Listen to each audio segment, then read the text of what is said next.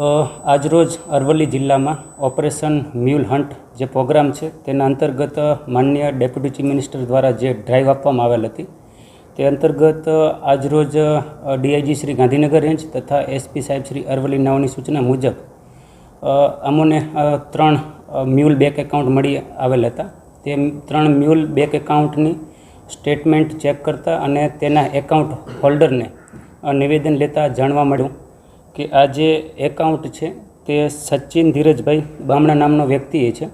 તેને આ એકાઉન્ટ વિશાલ રણજીતભાઈ રાવળ નામના વ્યક્તિ પાસેથી મેળવી અને આ એકાઉન્ટ જે અમદાવાદનો એક આરોપી છે જીતેન્દ્રસિંહ જીતુભાઈ તનવાર તેઓને આ એકાઉન્ટ સોંપેલ હતું. અને આ સચિન દ્વારા અન્ય એક એકાઉન્ટ જયદીપભાઈ મહેશભાઈ વાઘેલાઓને આપેલ હતું અને જયદીપભાઈએ આ એકાઉન્ટ એક ખીલવભાઈ મહેશભાઈ રાઠોડનાઓને આપેલ હતું.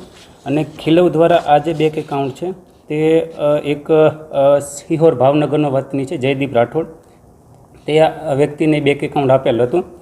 અને તે બેંક એકાઉન્ટનો ઉપયોગ આ જે આરોપીઓ છે તે ભારતના વિવિધ જગ્યાએ જે સાયબર ફ્રોડના ગુનાઓ બને છે તે સાયબર ફ્રોડના ગુનાની રકમ તેની અંદર ટ્રાન્સફર કરતા હતા અને તે રકમ બેંકમાંથી એટીએમ અથવા ચેક મારફતે પોતે વિડ્રો કરી લેતા હતા.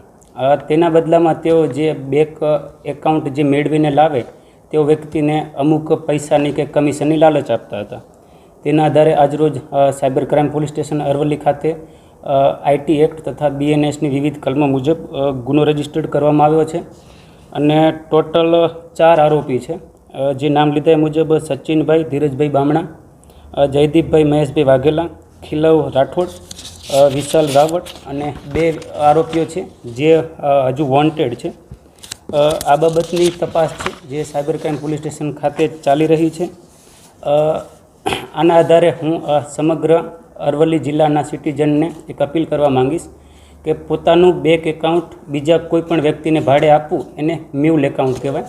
તો એ મ્યુલ એકાઉન્ટ તરીકે ઉપયોગ કરવા દેવો તે ગેરકાયદેસર છે અને આ મુજબ પોલીસ દ્વારા કાયદેસરની કાર્યવાહી કરવામાં આવશે અને કડક પગલાં લેવામાં આવશે. સાહેબ, આવા કેટલી રકમ આવી આજે આ ખાતાની અંદર લેવડ દેવડ થયાનું મળી આવી છે?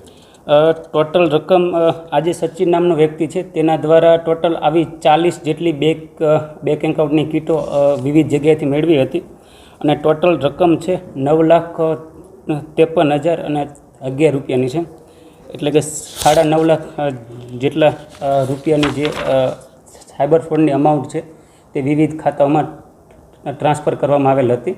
અને આ એકાઉન્ટની તપાસ કરતાં દેશના વિવિધ જગ્યાઓએ અલગ અલગ 4 થી 5 જગ્યાઓએ સાયબર ક્રાઇમ બાબતેની અરજી પણ થયેલ હોવાનું અમારા ધ્યાને આવેલ છે.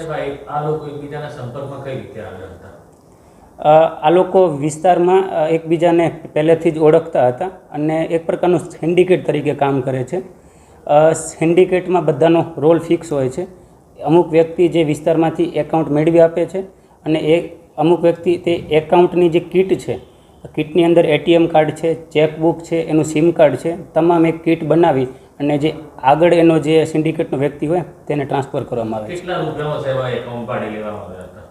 કોઈ ફિક્સ રકમ નથી પરંતુ એક એકાઉન્ટ ભાડે પાછળ 2,000 રૂપિયા મિનિમમથી લઈ અને 40,000 થી 50,000 રૂપિયા સુધીનો કમિશનની લાલચ આપવામાં આવતી હોય છે.